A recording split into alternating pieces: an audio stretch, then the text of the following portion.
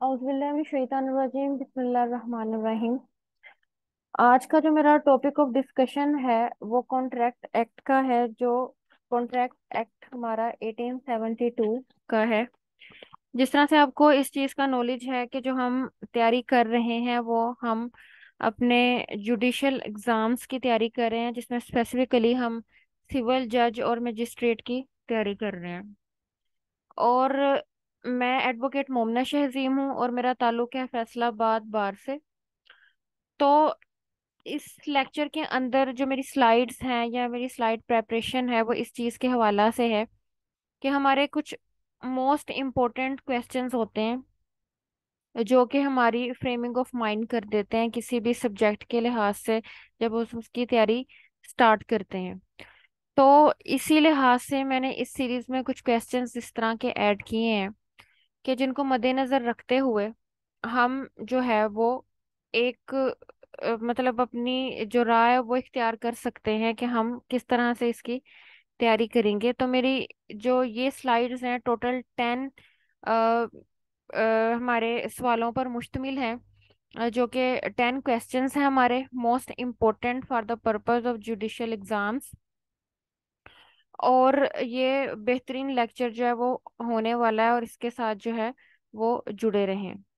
तो सबसे पहले हम ये देखेंगे जो हमारा कॉन्ट्रैक्ट एक्ट है, उसको बनाने की जरूरत महसूस क्यों हुई थी और इसके पीछे वजह क्या थी। तो ये आपके सामने इसके बारे में इंफॉर्मेशन है कि कॉन्ट्रैक्ट एक्ट बना कैसे और इसका मतलब क्या था और क्यों जरूरत महसूस हुई। तो आइए इसको थोड़ा जो है वो देखते हैं कि इसके अंदर क्या क्या चीजें जो हैं वो शामिल हैं।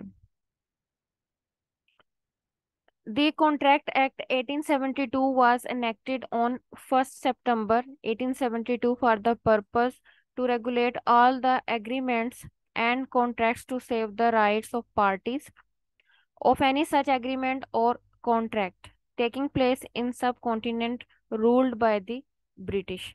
The Contract Act 1872 was passed by the British India based on the principles of English common law. After partition, the government of Pakistan adopted it with certain amendments for the same purposes for which it was enacted. Under the Contract Act 1872, a contract is form of an agreement in which a party promiser जो कि promise करता है proposes performance of certain act and other party promisee accepts the same against a lawful consideration। अब इसके अंदर ये चीज आती है कि सबसे पहले तो हमें यहाँ पर पता चला कि ये इनेक्टेड कब हुआ। दूसरी चीज जो अहम आती है वो जो मैं ब्लू से इसे जो है वो आपके सामने कर रही हूँ वाजे, वो इसका पर्पस है कि इसका पर्पस क्या था कि एग्रीमेंट्स और कॉन्ट्रैक्ट्स को सेव करना। सेव इस लिहाज से करना कि कॉन्ट्रैक्ट्स और एग्रीमेंट से पार्टीज के इंटरेस्ट और उनके राइट्स जुड़े होते हैं।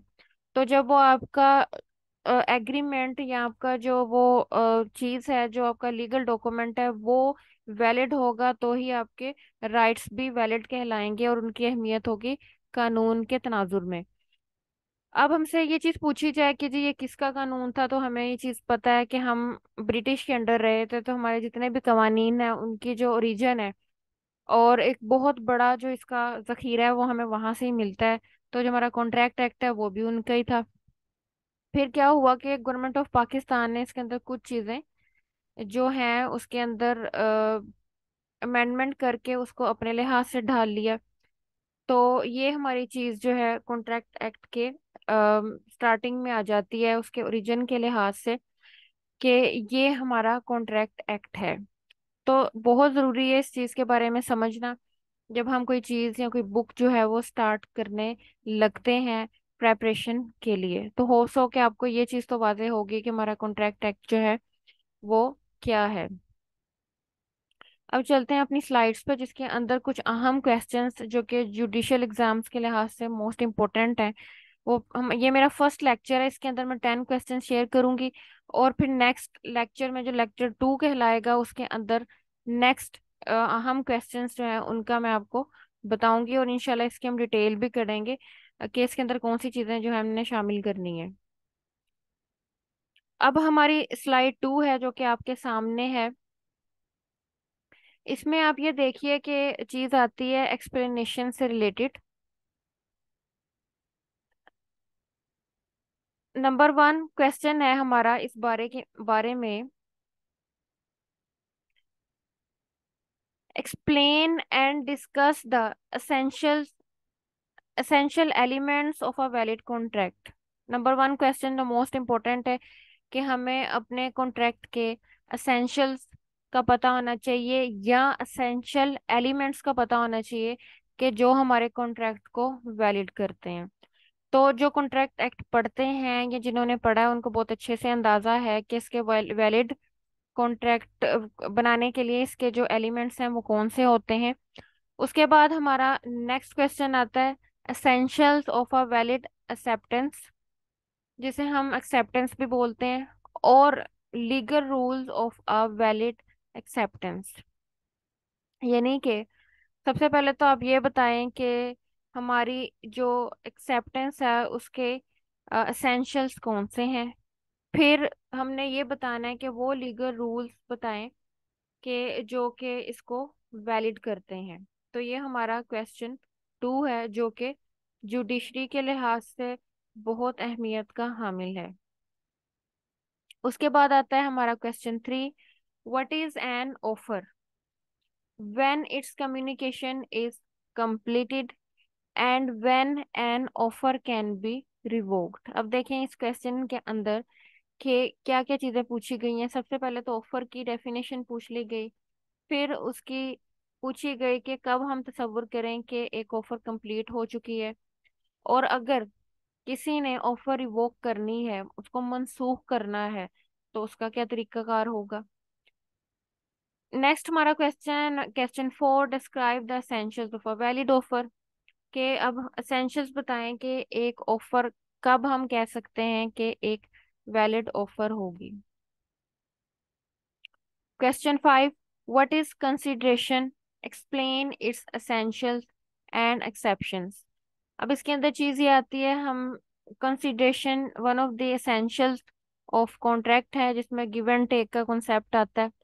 तो जब तक गिव एंड टेक नहीं होती तो वो कॉन्ट्रैक्ट के जिम्रा में नहीं आता। तो जरूरी है कंसिडरेशंस के अंदर हो, कोई शख्स ले रहा है तो उसके साथ कुछ दे भी रहा है, दोनों की तरफ से एक्सेप्टेंस और ऑफर जो है वो हो रही है। अच्छा जी, उसके बाद हमारा क्वेश्चन आता है क्वेश्चन 6।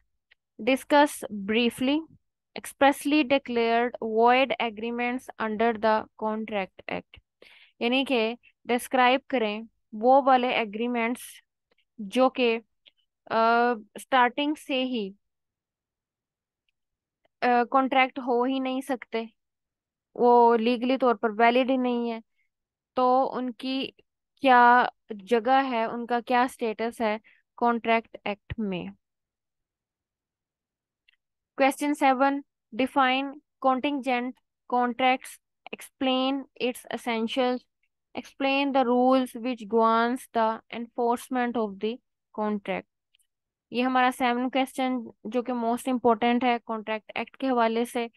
कॉन्टिंजेंट का मैं आपको तस्वुर यहाँ पर बताती जाऊं कि कॉन्टिंजेंट का जो वर्ड है वो उसका मतलब है कि ऐसे कॉन्ट्रैक्ट जिसके साथ शर्तें जुड़ी होती हैं, जिसके साथ कोई कंडीशन जुड़ी होती है, या दूसरे अल्फाज में हम ये कह सकते हैं कि किसी चीज का होना या ना होना।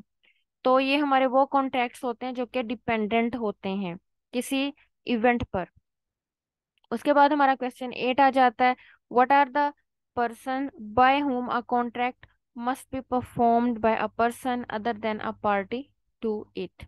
अब ये क्वेश्चन हमें डील कर रहा है इस चीज के हवाले से कि एक तो होती हैं पार्टीज ऑफ द कॉन्ट्रैक्ट, तो वो तो हमें समझ आती हैं, लेकिन क्या ऐसी सिचुएशंस हो सकती हैं कि कोई ऐसा पर्सन जो कि उस कॉन्ट्रैक्ट की पार्टी भी ना हो, फिर भी हम ये तसव्वुर कर सकते हैं कि वो हमारे कॉन्ट्रैक्ट को परफॉर्म करने की अहलियत रखता है। उसके बाद आ जाता है हमारा question 9। What are the various modes by which a contract may be discharge. यानी कि ये क्वेश्चन हमें बता रहा है कि वो कौन कौन से तरीकेकार होते हैं कि जिसको हम इस्तेमाल करते हुए कॉन्ट्रैक्ट जो है वो कंप्लीट कर सकते हैं, उसकी परफॉर्मेंस को कंप्लीट कर सकते हैं। उसके बाद आता है हमारा question 10। What are the contracts which need not to be performed, यानी कि ऐसे कॉन्ट्रैक्ट्स जिनकी परफॉर्मेंस की कोई जरूरत नहीं होती। तो ये हमारे 10 क्वेश्चंस थे जो कि मोस्ट इम्पोर्टेंट हैं जुडिशरी के एग्जाम्स के हवाले से। और ये फर्स्ट लेक्चर मेरा इसी पर था। इंशाल्लाह नेक्स्ट लेक्चर में मैं कॉन्ट्रैक्ट एक्ट के बाकी क्वेश्चंस जो कि बहुत ज़्यादा इम्पोर्टेंट हैं वो भी आपसे शेयर कर दूंगी। फिर इंशाल्लाह हम इनकी जो पूरी डेफिनेशंस विद डेफिनेशंस जो है इसकी पूरी एक्सप्लेनेशन के साथ जो है वो लेक्चर्स को प्रिपेयर करेंगे और इस बुक को प्रिपेयर जो है ना वो करेंगे। तो होप्स हो कि आपको ये वीडियो इंफॉर्मेशनल भी लगी होगी और चीज़ें समझ भी आएंगी होंगी कि कॉन्ट्रैक्ट एक्ट में क्या चीज़ें जो हैं वो बहुत इंपॉर्टेंट हैं। तो अस्सलाम वालेकुम रहमतुल्लाहि व बरकातहू।